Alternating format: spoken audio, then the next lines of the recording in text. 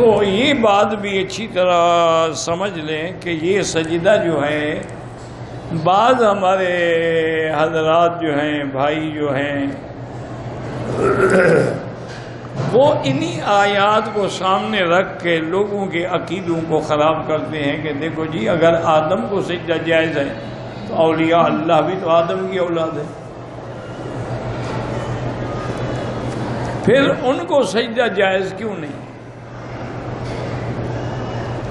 اگر یوسف علیہ السلام کو سجدہ جائز ہے تو ہم جن اولیاء اللہ کو سجدہ کرتے ہیں وہ بھی تو اللہ کے آدم کی اولاد ہیں اور اللہ کے برگزیدہ ہیں۔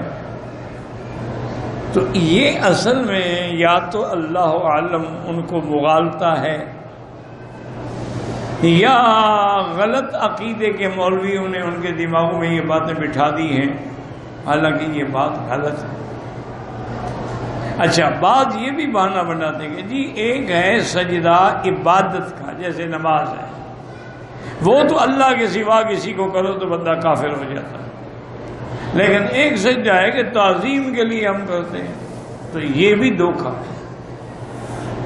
پہلی بات یہ ہے کہ آدم کو جو سجدہ ہوا ہے وہ آسمانوں پہ ہوا، زمین میں تو ہوا ہی نہیں، تم زمین پہ فتوی کیسے جاری کر رہے ہو؟ نمبر دو، آدم کو جو سجدہ ہوا اللہ نے حکم دیا یا فرشتوں نے ویسے عبادت کے طور پہ یا تعظیم کے طور پہ سجدہ کیا؟ وہ تو اللہ کا حکم ہے۔ اگر تمہیں بھی اللہ نے حکم دیا ہے کہ قبروں پہ سجدہ کرو تو بالکل کرو، اور حضرت یوسف علیہ السلام کا جو سجدہ ہے وہ بھی اللہ کا حکم ہے، کیونکہ یوسف علیہ السلام نے خواب دیکھا تھا، اور نبی کا خواب جو ہے وہ وحی ہوتا ہے۔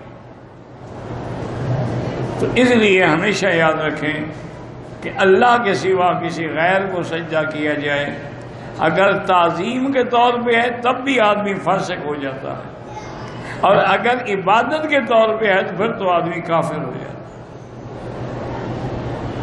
اور دوسری خدا کی شان دیکھو، آدم کو جب سجدہ ہوا آدم فوت ہو گئے تھے یا زندہ تھے؟ بھئی زندہ تھے نا، تو تم تو مردوں کو سجدے کر رہے ہو۔ یوسف علیہ السلام کو جب والدین نے سجدہ کیا، یوسف زندہ تھا یا فوت ہو گیا تھا؟ وہاں تو یہ مسئلہ اور تمہارا قیاس ہی نہیں بنتا جو تم نے جھوٹا بنایا ہوا ہے۔